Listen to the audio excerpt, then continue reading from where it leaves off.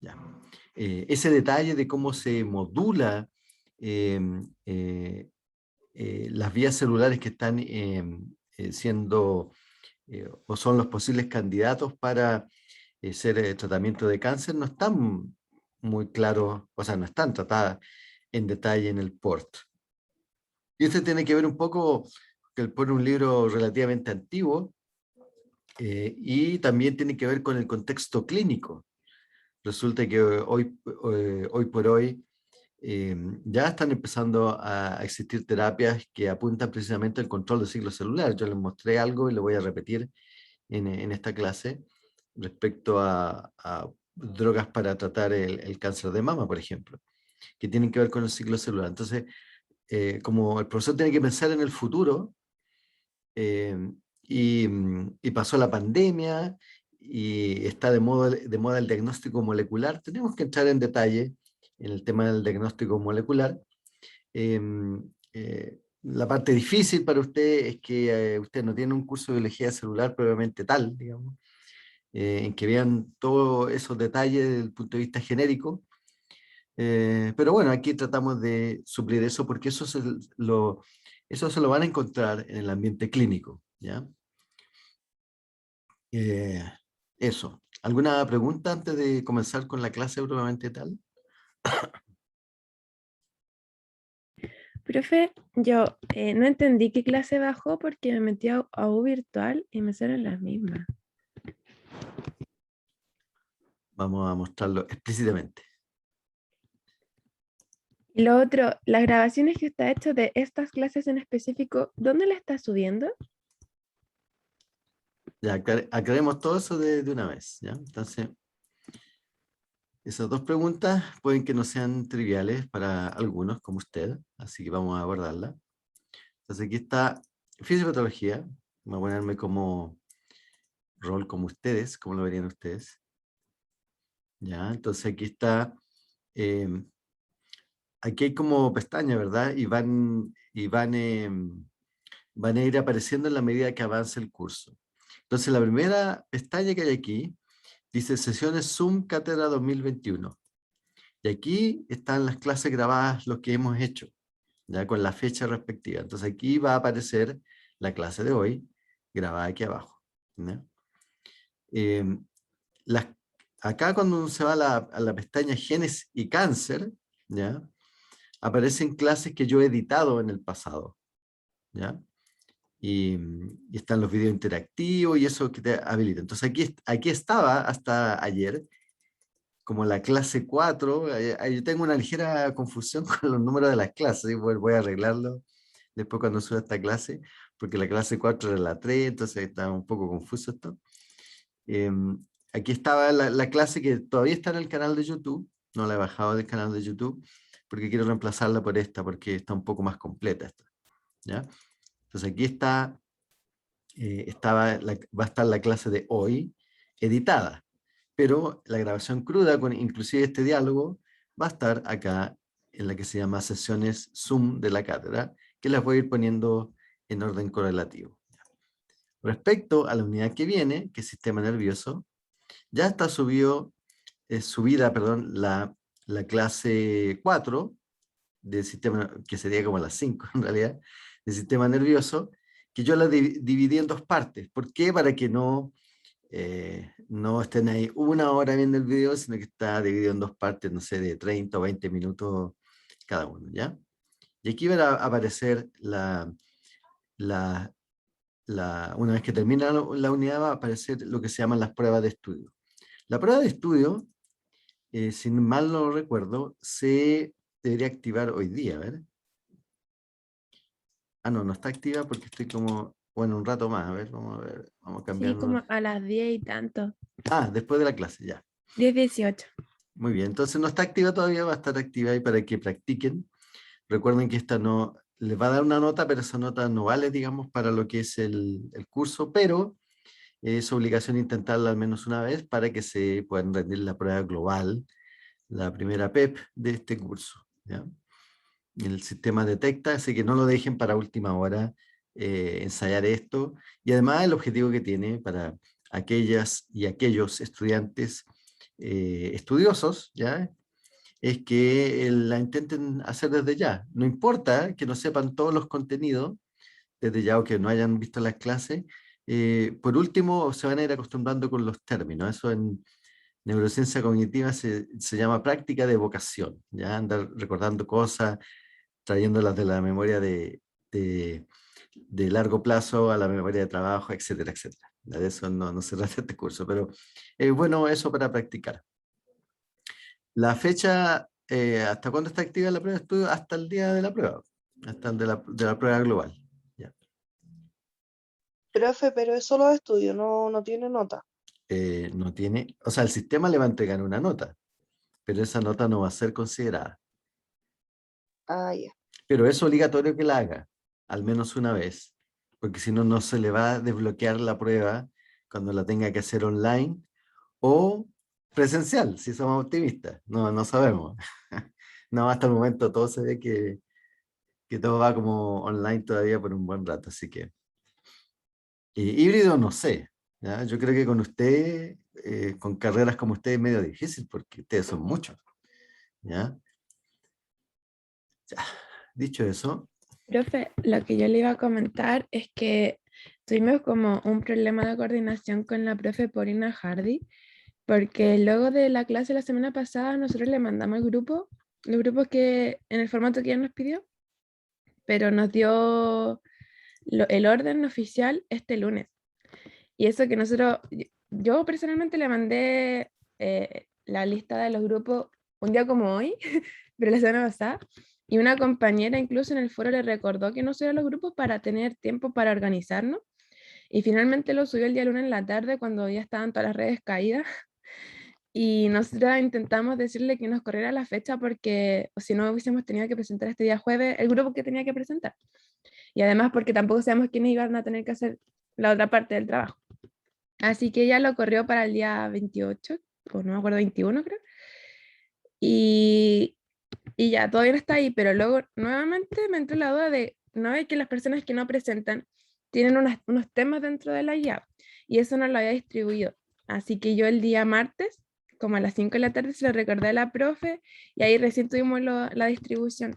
Entonces estaba como un poco alborotado lo que fue, lo que ha sido el laboratorio, no ve que la primera clase tampoco hubo, etcétera. Entonces como que creo que aún sigue habiendo una descoordinación de parte del laboratorio y que igual no está jugando en contra, porque si se da cuenta, ahora una fecha vamos a tener que hacer dos presentaciones. Eso, quería comentárselo para que estuviera al tanto. ya, no, sí, yo estoy más al tanto que usted. Entonces, mi respuesta estándar es que ese problema lo tiene que solucionar con la profesora y la profesora le tiene que dar una solución porque el- las tareas fueron dadas claramente, ¿ya? Eh, Así que le corresponde a la profesora solucionarlo, ¿ya? Eh, eso, eso, ¿ya? O sea, está bien todo lo que usted me dijo, eso es todo lo que pasó, yo lo sé, ¿ya? Pero tiene que generarse una solución, lo que me importa es la solución, ¿se fija? Pero si ya Y lo el día soluciona, marca a las 6 de la tarde la profe hizo la distribución. sí, ok, sí, yo sé eso, ¿ya? Em, entonces lo importante es que ustedes se coordinen con ella, porque inclusive si tienen, yo no veo que haya problema, a menos que haya tope de horario de la profesora, que hagan inclusive cambios de fecha, eso yo lo dejo, eso es potestad de los profesores, o sea, de la profesora y del profesor de estos seminarios, ¿ya? Así que si ellos cambian la fecha y hacen cosas con usted, eso es una cosa entre ustedes y los profesores. Yo a mí lo que me interesa de ellos es recibir la nota a fin de semestre, ¿ya? Así Ya, ya que, te- así que esperanza, aquí todo es solucionable, ¿ya? Especialmente en estas circunstancias online. Así que eh, eso de descoordinación puede ser un poco porque la profesora es la primera vez que hace este curso, ¿ya? El profesor Darwin no recibió quejas del profesor Darwin, así que imaginen las cosas están funcionando bien. Y él no es primera vez que hace este curso. Ok. Eh,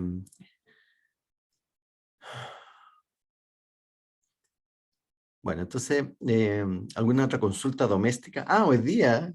Entonces, hoy día la gente del grupo del profesor Darwin tiene su primer seminario, entonces.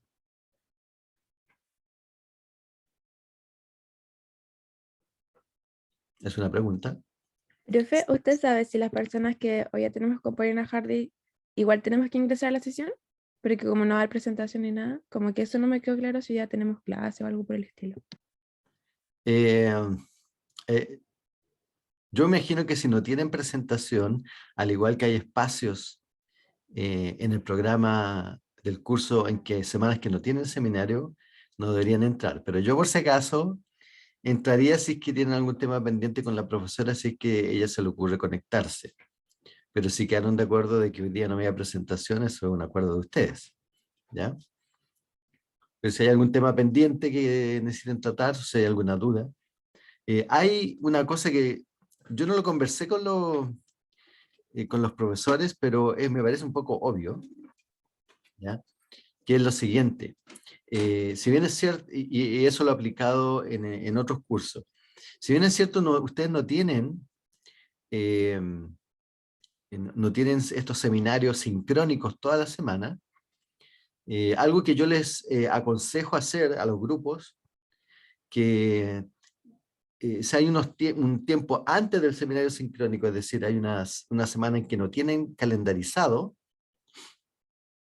ustedes le soliciten a la profesora, porque está dentro de sus obligaciones, digamos, al profesor o la profesora, el dictar esa hora, reunirse con ellos, ¿ya? Eso lo aplicamos, este mismo formato de seminario, por ejemplo, sincrónico, lo aplicamos en fisiología para química y farmacia el semestre pasado, ¿ya? Y la cantidad de seminarios más o menos parecido a la de este curso de fisiopatología, son como 8 seminarios, 9. Entonces, 8 seminarios no son, obviamente, toda la semana. A ver, un segundito.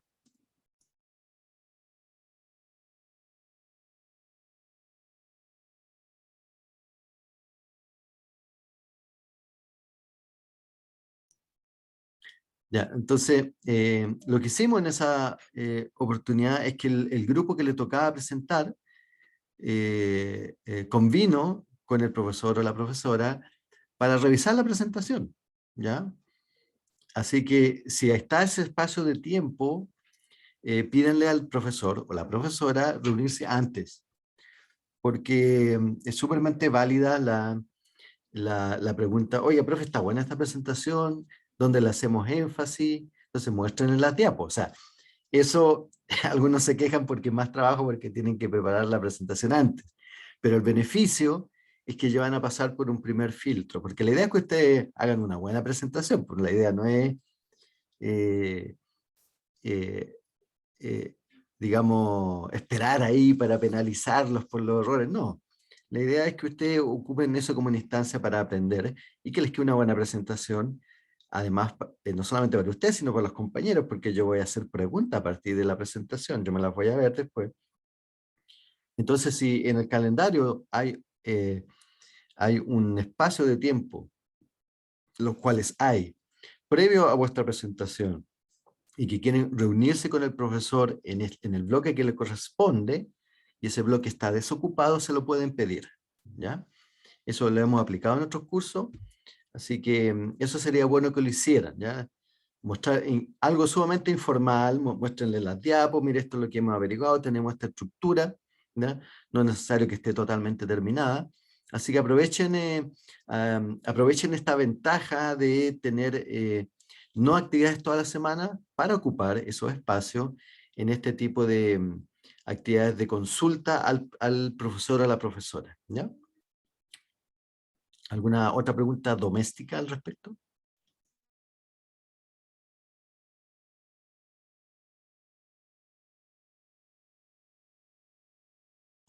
No, profe. Ok, muy bien. Entonces, vamos por lo que corresponde a ver.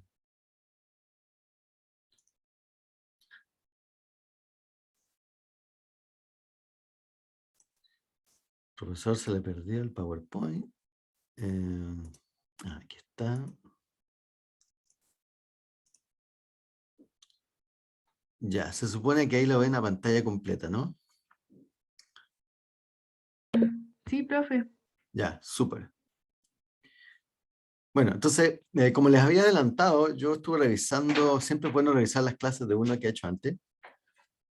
Y que hay cositas de esta clase que, digamos que la que estaba subida en el sitio web que no me gustaron mucho, está un poco confuso, ¿ya? Así que aproveché de mejorarlas y además le agregué más diapos, por supuesto, porque el profesor no puede resistir esa tentación de agregarle más diapos para poder explicar mejor esto, ¿ya?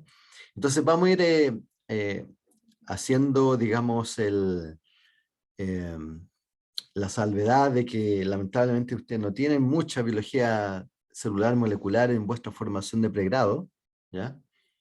Que digamos no es ni malo ni bueno, es la circunstancia, pero este profesor con su poder de visión mental va a decir, esto de la biología molecular es muy importante para el futuro. Y este año, bueno, desde el año 2020, desde marzo de 2020, tenemos claramente una demostración de que eso es importante porque ahora todo el mundo sabe lo que es un PCR, ¿ya? Al principio ni la subsecretaria Daza tenía idea de lo que era el PCR, ¿ya? Pero ahora todos saben lo que el PCR, sabemos mucho de biología molecular de virus y todas esas cosas. Entonces, como no podemos predecir exactamente lo que va a pasar en el futuro, lo que sí yo puedo decir que no es malo saber biología molecular. Precisamente porque en el ámbito clínico ustedes se lo van a topar, ¿ya? Y algo que se está empezando a usar particularmente en el tema del cáncer, ¿ya? Entonces, bueno, esta es la misma bibliografía que aparece en el libro PORT, ¿ya? Y como siempre, mi repaso en 5 minutos de la clase anterior. Entonces, en la clase anterior, básicamente vimos los tipos principales de cáncer y la clasificación de los tipos de cáncer era por su origen. Entonces, está mi lapicito, vimos que como el 90 y tanto % de los cánceres que ustedes se van a encontrar en la vida, tanto en la vida personal como en la vida clínica, son del tipo carcinoma, que explicamos que son cáncer asociado a epitelios, ¿ya? Epitelios en el sentido de su origen desde el desarrollo, no de que tengan que ver con la piel. Y vimos que hay todos unos pasos que siguen habitualmente los cánceres, ¿ya? Y que hay como pasos clave que van a determinar realmente la malignidad o el grado máximo de malignidad de un cáncer, que es, por ejemplo, la etapa en que el tumor, como aparece aquí, es invadido por vasos sanguíneos, un fenómeno que se llama angiogénesis, que va a determinar o facilitar que aquellas células mutadas, que son las células cancerígenas que están creciendo de manera descontrolada, puedan viajar por el organismo y generar cáncer secundario. Y generalmente esa etapa, llamada etapa metastásica, es una etapa bastante mala, ¿ya? Cuando se logran, digamos, establecer esos cánceres. Hay una ventana de oportunidad para el tratamiento porque esto del desprendimiento de células cancerígenas que viajan por el torrente sanguíneo puede demorar, digamos, la cantidad que no significa que todas van a formar un tumor. Ya vemos que hay una cantidad tremenda que se pierde, ¿ya? De estas células, se pierden en términos de continuar el cáncer, ¿ya? Pero aún así, algunas de ellas, si hay un tiempo suficiente, esto eventualmente va a generar un cáncer y una proliferación del cáncer llamado metástasis.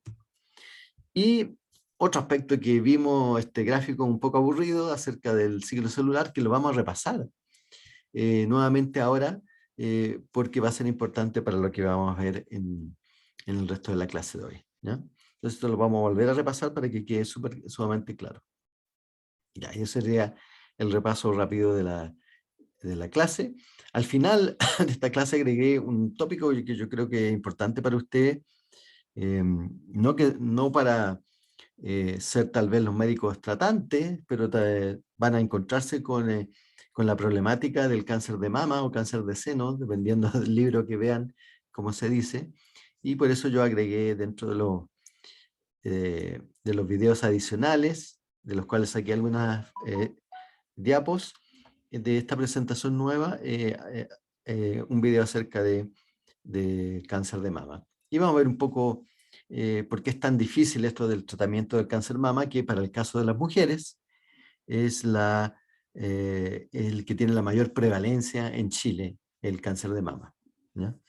Entonces es importante ver un poquito más en detalle este tópico, ¿ya? Desde la perspectiva, obviamente, de la fisiopatología, ¿ya? Entonces, por eso aquí agregamos un tópico extra al temario de hoy día, que es cáncer de mama. Entonces, rápidamente, como dice la flecha, hacer un repaso de esto. Ya lo había dicho en la clase pasada, pero lo voy a pasar más rápido. Que vimos que este esquema que se llama el ciclo celular, que uno lo aprendió en el colegio, lo importante es saber que no todas las células siempre están en el ciclo celular, sino que cuando tienen que reproducirse, entran en estas distintas etapas. Y en estas distintas etapas hay lo que se llama en inglés los checkpoints, o los puntos de control, ¿ya? Que son unidades complejas desde el punto de vista molecular. No se trata, por ejemplo, de una proteína, sino que son una serie de eventos que tienen que ocurrir y que muchos de ellos están controlados por estas proteínas que se llaman las ciclinas, ¿ya? Este es un gráfico nuevo que lo que muestra que durante el ciclo celular, o sea, estaba la célula por allá afuera, y si tuviéramos la oportunidad de medir, o sea, se puede medir la concentración de ciclinas en el tiempo durante la evolución del ciclo celular, esto va a, digamos, explicar un poco el por qué las ciclinas controlan el ciclo celular, porque hay eventos particulares que, por ejemplo, el aumento a un máximo de concentración, estas son, digamos, unidades arbitrarias de concentración, ¿ya? Sino lo que quiere mostrar es el aumento. Entonces, un aumento a un punto máximo de ciclina E es una señal para la célula de pasar de la fase G1 a la fase S. Un aumento de la ciclina B y una disminución de la ciclina A sería una señal para pasar de la fase G2 a la mitosis. La ciclina D sería como una especie de monitor general, digamos, señal general de continuidad del ciclo celular mitótico, ¿ya? Y eso yo creo que no quedó muy claro en este esquema, ¿ya? Cuando lo expliqué, que esto que hay aquí representa el gráfico, ¿ya? Representa este gráfico, ¿ya? Entonces, a veces por meter muchas cosas juntas no se entiende. Entonces, esos gráficos representan el aumento de proteínas ciclinas, que a su vez activan estas enzimas que son las sinasas dependientes de ciclina. Entonces, todo el control del ciclo celular tiene que ver con el aumento y disminución de estas concentraciones de ciclina. Y como ustedes pueden adivinar, cada una de esas rayitas que hay puestas ahí, esas rayitas punteadas, son los checkpoints, ¿ya? Que están mostrados aquí en este diagrama circular. Ya, entonces eso es... entonces, como dice acá, entonces el que cursa el ciclo celular va a tener que ver con la concentración de la ciclina, el gráfico que les acabo de mostrar, la activación de las proteínas sinasas dependientes de ciclina, y lo que pase en los checkpoints. Entonces aquí, por ejemplo, el checkpoint 1, que sería el de G1 a la fase S, la fase de síntesis, tiene que ver con esto que expliqué, que era con los factores de transcripción. El hecho de que la CDK4/6 fosforile a este factor que se llama el gen supresor de retinoblastoma, hace que fosforile, es decir, le pega un grupo fosfato, que se libere el F2, que es un factor de transcripción. Y los factores de transcripción explicamos que son cosas que se pegan a forman parte del complejo que forma la RNA polimerasa. O sea, no basta con tener la RNA polimerasa que lo que hace es pegarse al ADN y sintetizar el RNA mensajero, el que después va a ser transportado fuera del núcleo para ir a la síntesis de proteínas. No, no basta simplemente con esa enzima, ¿ya? Hay mucho en la manera de controlar cuando se pueda, por ejemplo, unir la RNA polimerasa al ADN, es con el factor de transcripción. Y hay muchos factores de transcripción, eso ya es un tópico de biología celular, muchos factores de transcripción que están involucrados en distintos procesos, no todos están activos, obviamente, porque no todo el tiempo las células tienen que hacer mitosis, o, por ejemplo, como ustedes vieron tal vez en sus clases de fisiología, con el caso de la insulina, por ejemplo, perdón, con las hormonas tiroideas. Las hormonas tiroideas, muchas de ellas, la T3 o la T4 tienen que ver con activar genes, ¿ya? Su mecanismo fundamental tiene que ver con activar genes. Genes que, por ejemplo, tienen que ver con el metabolismo, ¿ya? O con el crecimiento de los huesos, de los músculos. Entonces, este asunto de los factores de transcripción es algo importante porque tiene que ver con cómo regula la fisiología celular nuestro organismo. Ya, entonces, ¿cómo es que las mutaciones afectan el ciclo celular? ¿Ya? Entonces, primero entender a qué nos referimos con mutaciones, ¿ya? Cuando hablamos de mutaciones hablamos de cosas súper específicas. Hablamos, por ejemplo, de mutaciones puntuales, es decir, que aquí ustedes saben que estas son las bases nitrogenadas, el código genético, con, no sé, adenina, timina, guanina, ¿ya? Eh, eh, que forman el llamado código genético, y mutación puntual se refiere a que una de esas bases, por ejemplo la adenina, es cambiada a otra base, ¿ya? Eso altera el código genético. Otro tipo de cambios posibles es la amplificación del ADN. Hay enzimas que cortan trozos de ADN y lo pueden poner en otra parte, eso se llama translocación, ¿ya? De ADN. Y a ver, ¿qué pasa cuando a veces hay una mutación que hace que se repiten muchas veces eso? ¿Ya? Hay genes que están repetidos varias veces, pero ¿qué pasa cuando hay más repeticiones de lo normal? Generalmente eso genera un estado patológico. El ejemplo clásico de eso que yo pongo acá es la enfermedad de Huntington, por ejemplo, que la proteína huntingtina, ¿ya? Que es una proteína que tiene que ver mucho con el transporte vesicular en las neuronas, es, normalmente tiene muchas repeticiones de ADN, ¿ya? Y una cierta secuencia, que es la secuencia AUG, creo, AUG, no me acuerdo bien. Entonces está repetido, no sé, 20 veces. Pero resulta que en el caso de gente que presenta la enfermedad de Huntington, perdón, eso está repetido 40 veces, 60 veces, ¿ya?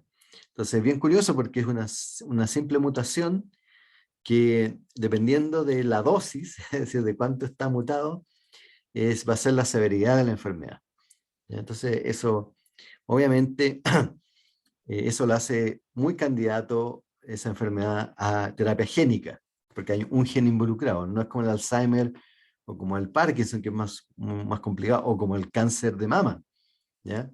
Que ya vamos a ver que es terriblemente complicado. Entonces, cuando tenemos un gen es más fácil pensar en una terapia génica, por ejemplo, que sería una inyección con material genético. Todos ustedes que reciben, a ver, ¿quién recibió de este grupo aquí de estudiantes la vacuna Pfizer? Yo, profe. Ya, tenemos una. A ver, ¿quién dijo yo? Perdón, no alcancé a ver quién era. Paulina era, ¿ya? ¿Quién más recibió la vacuna Pfizer?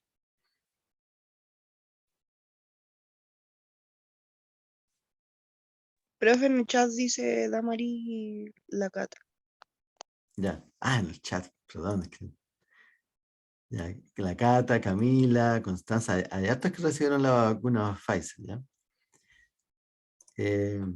Bueno, aparte de que algunos se sintieron muy mal con la Pfizer, otros con la CoronaVac, yo recibí la CoronaVac, pronto me va a tocar, yo creo, la próxima semana la de refuerzo. Em, uno se pregunta, bueno, ¿y cómo es la terapia génica? Por ejemplo, las vacunas para el coronavirus de tecnología de ADN o RNA, el RNA como en el caso de Pfizer, es un tipo de terapia génica. Es decir, está insertando material genético en células, en un grupo de células a las cuales infecta, ¿ya? Y ahí se produce incorporación de ese material genético y se produce transcripción de esas secuencias genéticas en proteínas, que son las proteínas del virus del coronavirus, ¿ya? En particular es una proteína, en particular la de interés, que se llama la proteína Spike, ¿ya? Que tiene distintas versiones, ¿ya? Entonces, muchas de las variantes del coronavirus tienen que ver con pequeñas mutaciones de la proteína Spike. Entonces, será esta terapia génica del futuro? Bueno, ustedes ya la están recibiendo, los que tuvieron Pfizer. Así es incorporar material genético en vuestras células.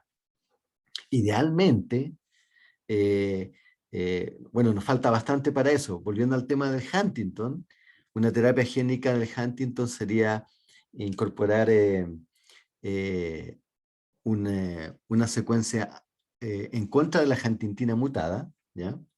O sea, una secuencia antisentido se llama eso, para anular esa proteína huntingtina mutada, pero habría que hacerlo específicamente en las neuronas del cerebro, particularmente de los ganglios basales, que es donde afecta esto, ¿ya?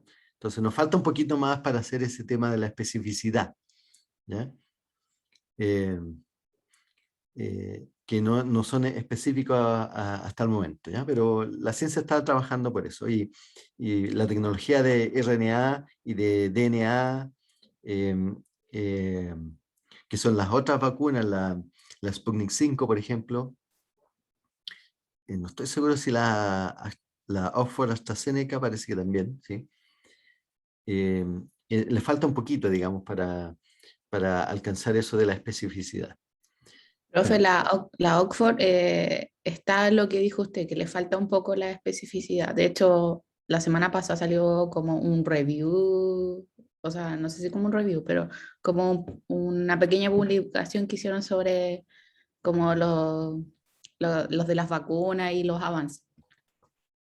Lo leí. ya, muy bien. Pero la especificidad, yo me refería a especificidad celular, ¿ya? Porque, por ejemplo, volviendo al tema del cáncer, a mí me gustaría inyectar material genético solamente a las células eh, que están siendo afectadas, ya sea las afectadas o las que van a ser afectadas producto del crecimiento anormal, de tal manera de encapsular o limitar la proliferación de las células que están siendo, que forman parte del cáncer, por ejemplo. Entonces a eso yo me refería con especificidad. Ya, bueno. Y lo otro es que ustedes saben que hay eh, durante la mitosis, meiosis también, meiosis particularmente, hay reordenamiento de cromosomas también, hay segmentos entre los cromosomas homólogos, y ahí hay una oportunidad para mutaciones. Y la otra es eh, que ha recibido particular atención en los últimos años, porque algo nuevo, por ejemplo, yo en la época que yo estudié biología celular, que fue hace muchos años, no existía esto, que son las modificaciones epigenéticas, que quiere decir que no son cambios en el genoma propiamente tal, en el código genético, sino que son cambios en la regulación del código genético, por ejemplo, a través de ese metilaciones, ¿ya? Que las metilaciones, es decir, poner un grupo metilos, que hay enzimas que hacen eso, pueden activar o desactivar genes, ¿ya? Y mutaciones en ese mecanismo también pueden afectar y generar eventualmente cáncer, ¿ya? Entonces todos estos cambios pueden llegar a este efecto que está aquí, que es el que no queremos, que hay una proliferación descontrolada de células, y algunas de ellas, como está muestra aquí en rojizo, tienen mutaciones que pueden ser malas para la célula y formar eventualmente un cáncer, ¿ya? Entonces, de estos cambios o mutaciones que afectan genes, nos vamos a centrar como la más importante. Vamos a hablar de activación de oncogenes, es decir, de genes que, si son mutados, esas proteínas van a generar cáncer, como las proteínas RAS o las proteínas MYC. Y el otro mecanismo sería destruir el mecanismo que los inactiva a los tumores, como el mecanismo del P53, que vamos a hablar, y vamos a hablar un poquito también de los mecanismos del BRCA, o 1 y 2, que es uno de los tipos de cáncer de mama que tiene que ver con mutaciones con estas proteínas, ¿ya? Entonces, primero que nada vamos a ver la activación de los oncogenes RAS y MYC, ¿ya?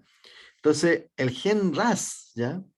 El RAS es o la proteína RAS más bien, se vio que era una proteína importante para controlar los factores de transcripción que tienen que ver con crecimiento celular. Se llama RAS porque se descubrió en un cáncer de tipo sarcoma, ¿ya? En ratas, ¿ya? No es muy original el nombre, así que RAS, rat, sarcoma, ¿ya? Se descubrió eso, se le llamó RAS, ¿ya? Los biólogos celulares no son muy creativos con estos nombres, ¿ya? Ya lo descubrí en ratón, ya eh, sería MOS, sería mouse sarcoma, se lo han descubrido en ratón, pero aquí descubrieron en ratas y es rat sarcoma. Entonces, entonces esta proteína, el RAS, que es aquí está la proteína RAS, es una proteína que se fosforila con GTP y está en una vía metabólica que se llama de las MAP quinasas, ¿ya?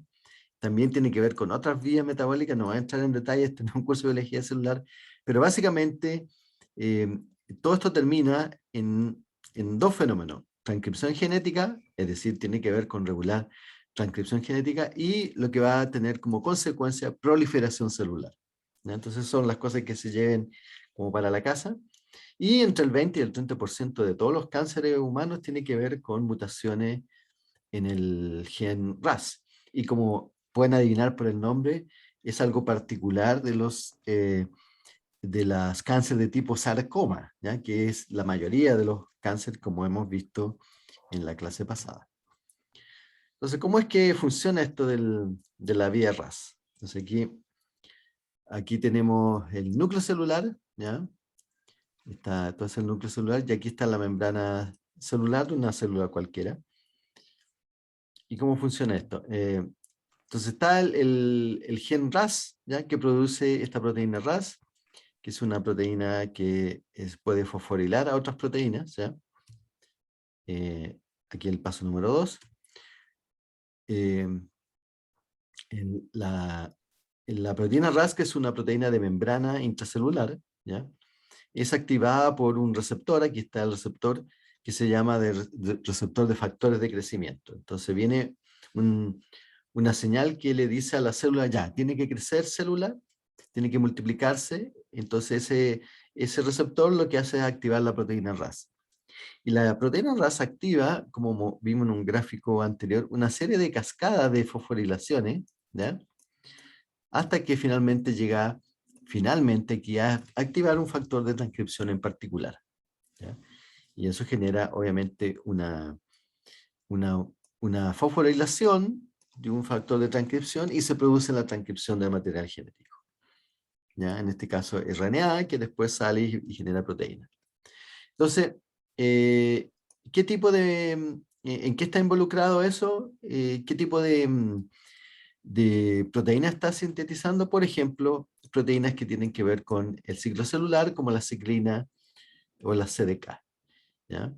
Y entonces,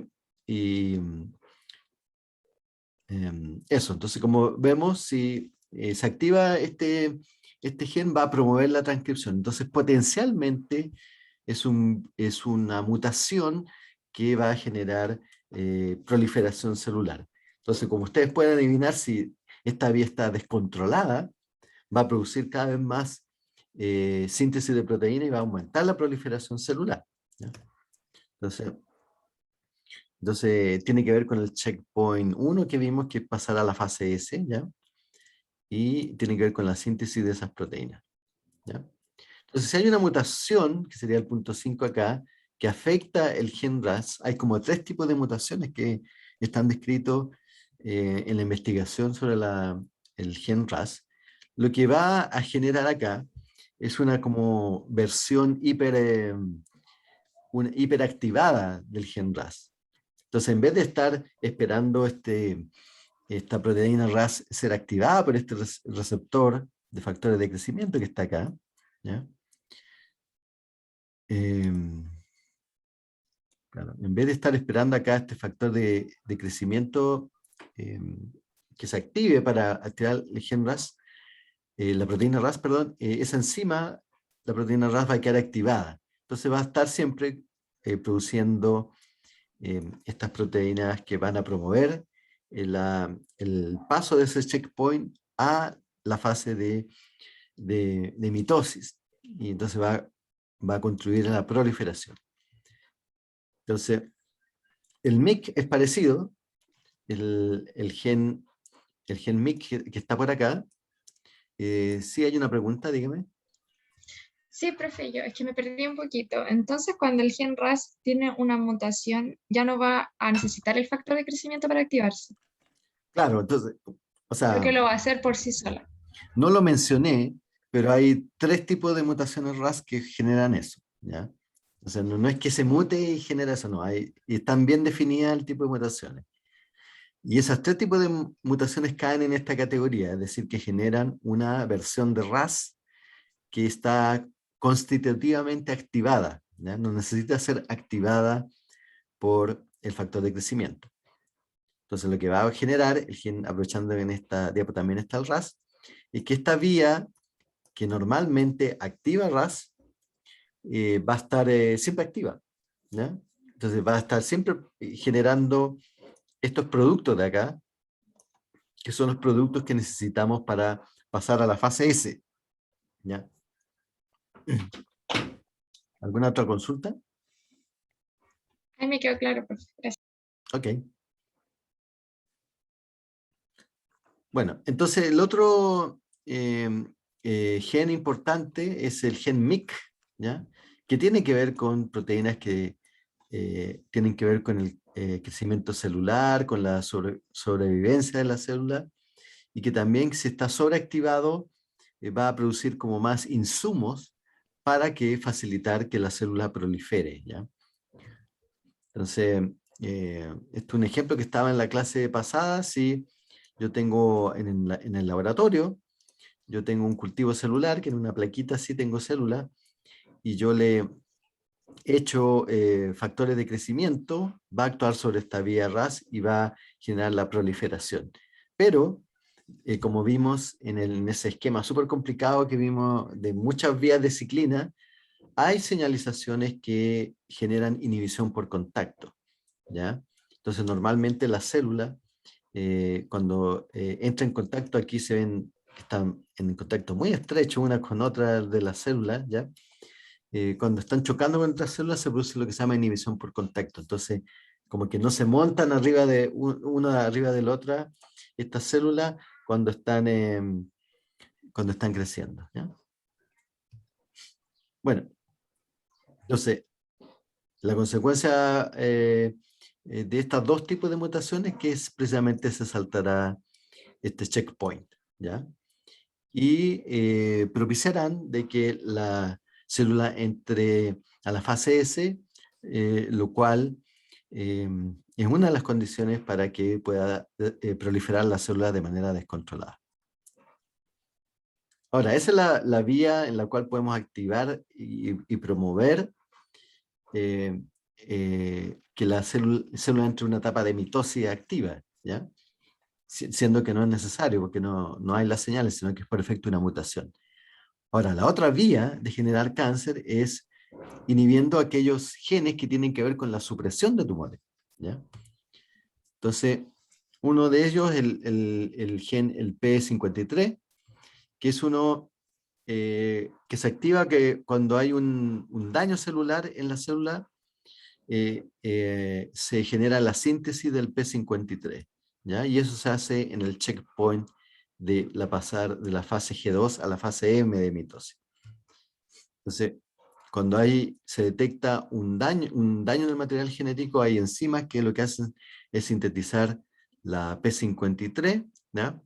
La P53 es un factor de transcripción, lo que hace es generar proteínas como la P21 que generan el arresto celular, ¿ya? Es decir, básicamente lo que hacen, como dice este esquema, es inhiben a estas ciclinas que forman parte del checkpoint 2, perdón, de G2 a M, y aquí no alcanza a verse porque se nos quedó arriba el otro checkpoint también, a las otras ciclinas, ¿ya? Entonces eso básicamente es lo que hace el P21, ¿ya? También el P53 tiene que ver con la síntesis de proteínas que tienen que ver con la activación de proteínas que tienen que ver con la reparación del daño celular y otras proteínas que tienen que ver con apoptosis, ¿ya? Que es la apoptosis, que es un mecanismo por el cual las células mueren de manera controlada. Eso es una manera de reparar el daño, simplemente matar la célula, ¿ya? De manera controlada. Entonces esa es la historia con el P53. Entonces, ¿qué pasa si yo daño el P53? Bueno, no tengo estos mecanismos de freno de los tumores y, ups, sale una raya. Por lo tanto, la actividad de estos genes, de este gen supresor de genes se ve disminuida. Entonces le quito el freno al gen, al freno al cáncer a través de este mecanismo que detecta falla en el ADN, ¿ya? Y bueno, y la consecuencia va a ser eso, que finalmente vamos a tener más factores para saltarnos los checkpoints y poder tener mayor proliferación descontrolada de células en la mitosis. Bueno, ahora, como dije, vamos en estos últimos 10 minutos casi, vamos a tratar de ver, así bien general, tener una visión acerca de en qué estamos con el cáncer de mama, ¿ya? Que es muy relevante para la población femenina de este país, porque es un cáncer que tiene una alta prevalencia y que ustedes seguramente en su trabajo clínico futuro se van a encontrar con muchos casos de esto. Entonces, bueno, primero algo de anatomía que es relevante para el tema del cáncer, ¿ya? Y después algunos sobre los tipos de cáncer de mama que existen. No sé, la mama o seno, dependiendo del libro que ustedes vean, tiene mucho tejido graso, lóbulos donde están las glándulas mamarias probablemente tal, conductos donde se puede conducir la leche producida por las glándulas mamarias hacia los pezones, y esto es muy importante, mucha presencia de lo que llamamos nódulos linfáticos y conductos o vasos linfáticos también presentes en la mama. ¿Por qué hacemos? Bueno, me faltó aquí una diapo.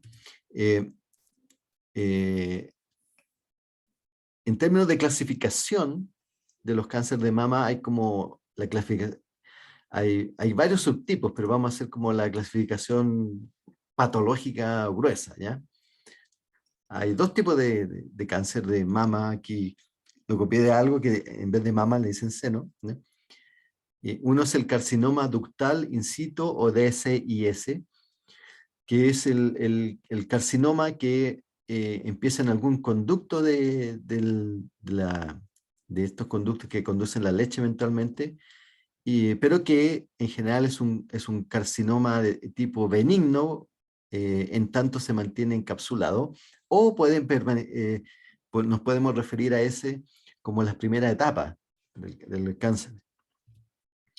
El otro tipo de carcinoma llamamos el carcinoma de tipo invasivo o infiltrante, ¿ya? Que eso se utiliza para describir cuando esta primera proliferación de células que ocurre en los conductos tiende a invadir tejidos, ¿ya? Entonces, dibujo al respecto, entonces tenemos esta situación del carcinoma ductal, in situ o DSIS, ¿ya? Podemos decir que es un cáncer no invasivo o preinvasivo, digamos, si es una etapa anterior a la expansión de esto. Entonces ahí está el ducto con sus células de tipo epitelial y ahí existe una proliferación de células, el conducto, una proliferación de células normales. Pero cuando esta proliferación se escapa, podemos llegar al otro tipo de cáncer que es del tipo ILC o que se denomina ILC o IDS, que es el cáncer de seno invasivo, ¿ya? Y este tipo de carcinoma ductal invasivo, es decir, que empieza aquí en estos conductos y después invade el tejido adyacente, el cual puede incluir que llegan células a los vasos sanguíneos o a los nódulos linfáticos, ya que eso es importante destacar, puede ser representar aproximadamente este mecanismo el 70 o 80% de todos los cánceres de seno, ¿ya? ¿Y por qué es importante esto de los nódulos linfáticos? Porque precisamente hay una gran cantidad de nódulos linfáticos en la periferia de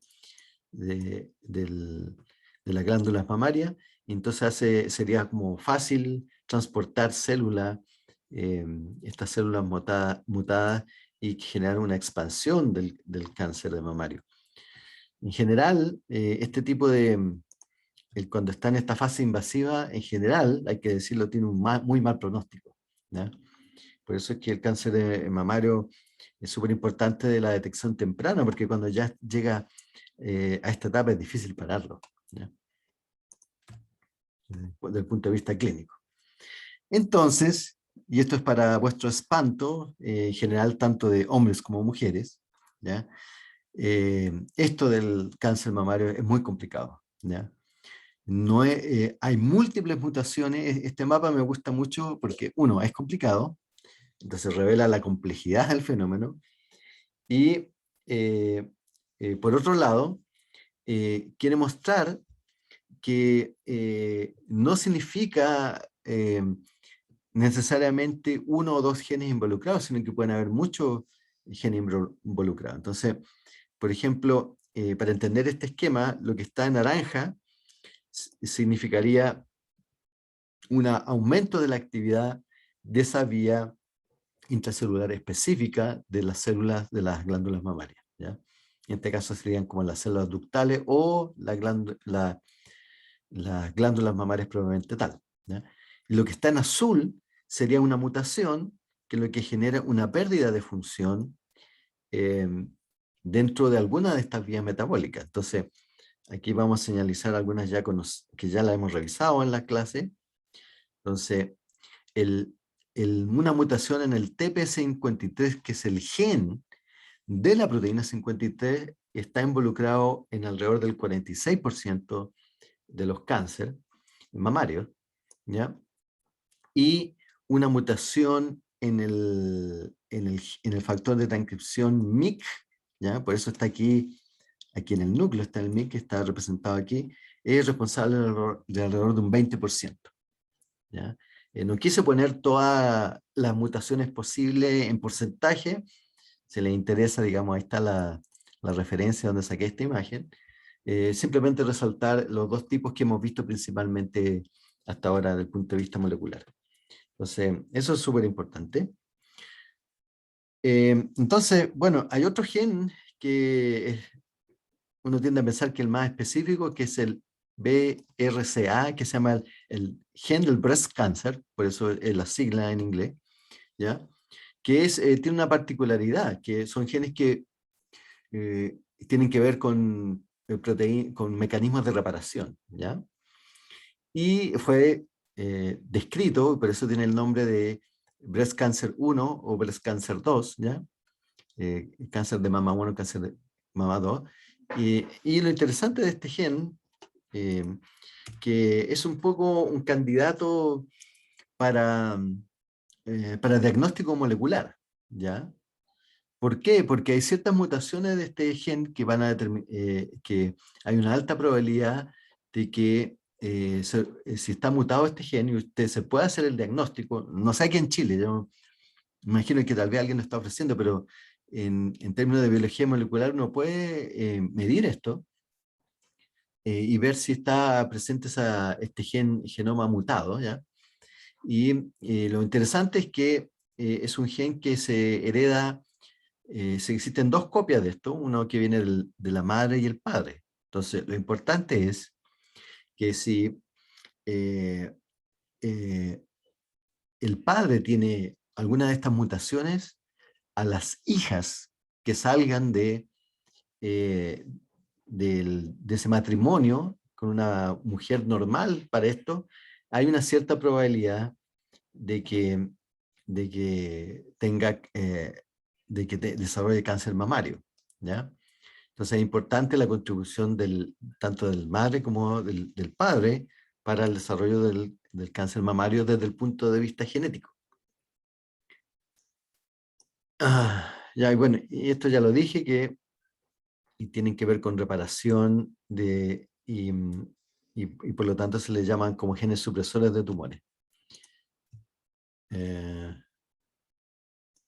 Ya, entonces, alrededor del 10 al 12% de los cánceres de mama se deben a mutaciones en estos genes, ¿ya? Y lo interesante, y por eso el componente genético es importante, es que alrededor del 10 al 20% de los cánceres de mama tiene una historia familiar de mutaciones del breast cancer 1 y breast cancer 2. Esto quiere decir que hay una alta probabilidad de si en la historia familiar usted tiene parientes cercanos, o sea, las mamás, las abuelas, que han tenido cáncer, y si ese cáncer mamario se originó por mutaciones de eso, hay una alta probabilidad de que usted tenga el gen mutado, ¿ya? Entonces, y esto ha dado cabida a lo que en inglés se llama el screen genético, ¿ya?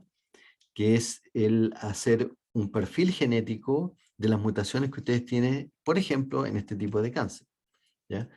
No voy a entrar en detalle acerca de la función de este gen, pero básicamente lo que tiene su mecanismo de acción es lo que se llama propicia la recombinación homóloga. ¿Qué quiere decir eso?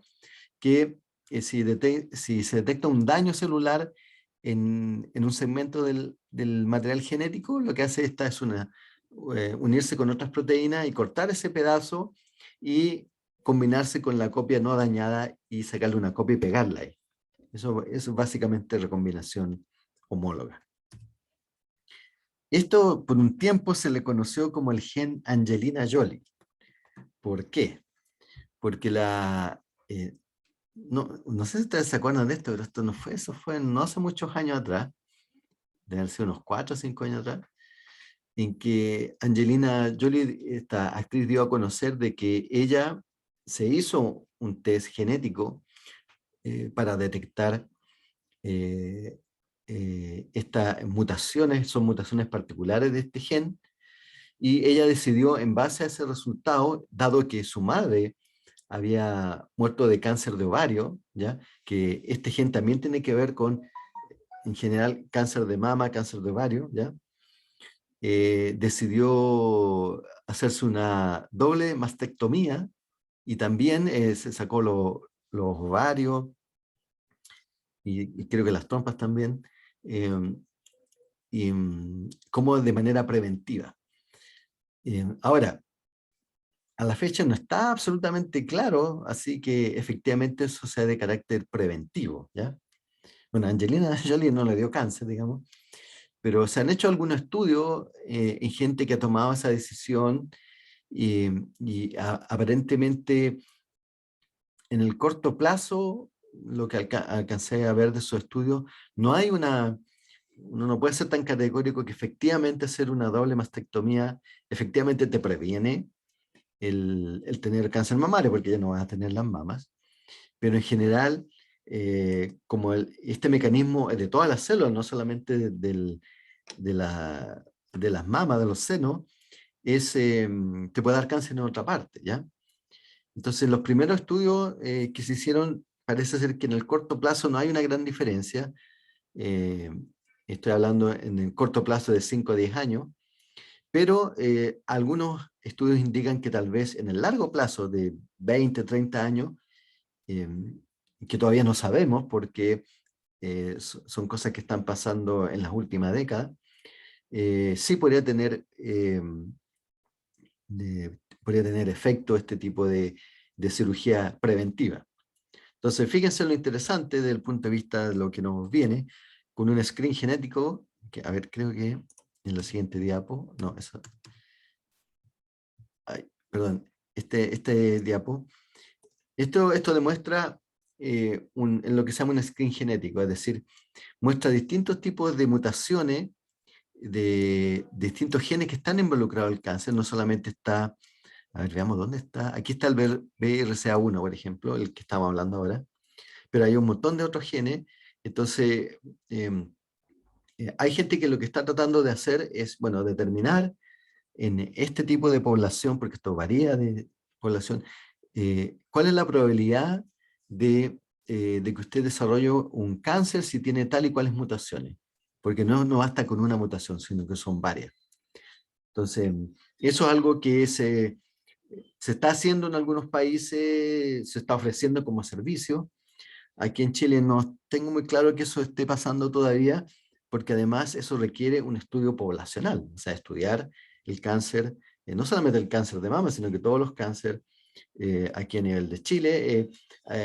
Antes de la pandemia yo me había enterado de un consorcio que se formó para estudiar el cáncer a propósito de esta ley nueva del cáncer, para estudiar zonas como, creo que era Linares, donde hay una prevalencia alta de cáncer de colon, por ejemplo. ¿Ya? Entonces, estudiar genéticamente la población y construir este tipo de mapas para ver cuáles son los genes que están incidiendo más. Entonces, por muchos años, eh,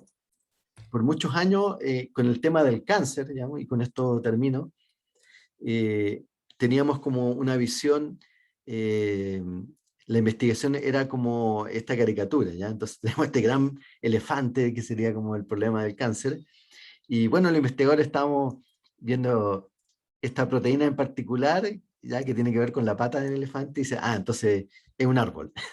Entonces, esta otra persona que está investigando la piel aquí, dice, es una muralla, ¿ya? Y, y este que está investigando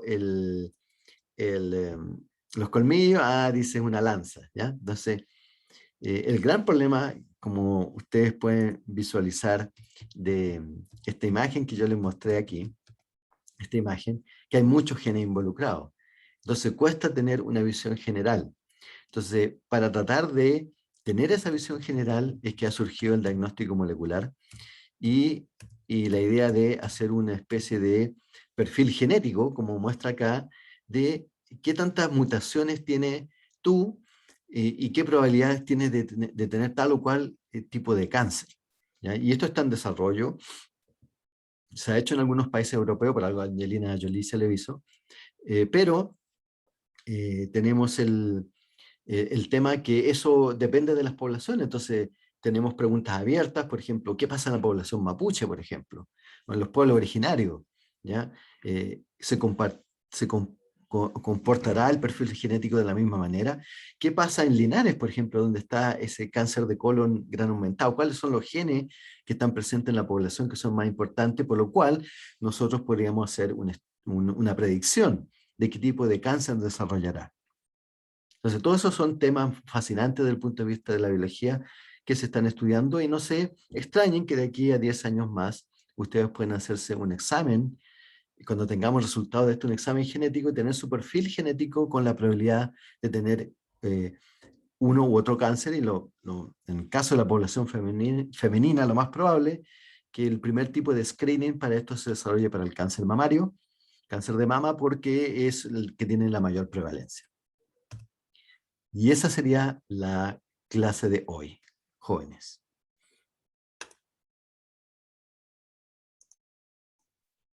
Bueno, estamos un poquito pasadito de la hora, bastante pasadito ya. Así que lo voy a dejar que se vayan, descansen un poquito y vayan a su seminario más ratito. Bueno, profe. Gracias, profe. Gracias, profe. Gracias, Cristian. Chao, chao. Chao, profe. Gracias, profe. Que esté- Que les vaya bien.